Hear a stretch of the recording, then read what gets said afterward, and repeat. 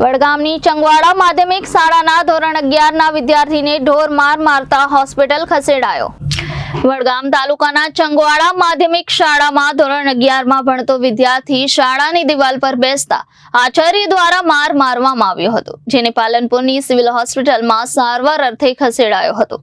વિદ્યાર્થીના પિતાએ આચાર્ય વિરુદ્ધ છાપી પોલીસ સ્ટેશને ફરિયાદ નોંધાવી હતી। ચંગવાડા માધ્યમિક શાળામાં વિદ્યાર્થીને માર મારતા વિદ્યાર્થીના વાલી પ્રવીણજી ઠાકોરે જણાવ્યું હતું કે મારો દીકરો મયુર ધોરણ 11માં ગામની જ માધ્યમિક શાળામાં અભ્યાસ કરે છે। મંગળવારે એ શાળાએ ગયો હતો, જ્યાં બપોર પછીની રિસેસમાં શાળાના 4-5 વિદ્યાર્થીઓ શાળાની દિવાલ પર બેઠા હતા, જ્યારે કોઈએ પાછળથી ફોટો પાડીને શાળાના આચાર્યને બતાવ્યો હતો, જેથી શાળાના આચાર્ય નવીનભાઈ બારોટે બધા વિદ્યાર્થીઓને ઓફિસમાં બોલાવ્યા હતા।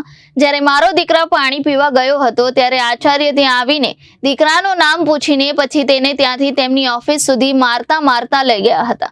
સાંજે દીકરો ઘરે આવીને સૂઈ ગયો હતો। જ્યારે હું ઘરે આવ્યો અને દીકરાને જમવા માટે કહ્યું ત્યારે દીકરો રડવા લાગ્યો અને સઘળી હકીકત જણાવી હતી। તેણે વધારો દુખાવો થતા અમે તેને પાલનપુરની સિવિલ હોસ્પિટલમાં લઈ આવ્યા હતા।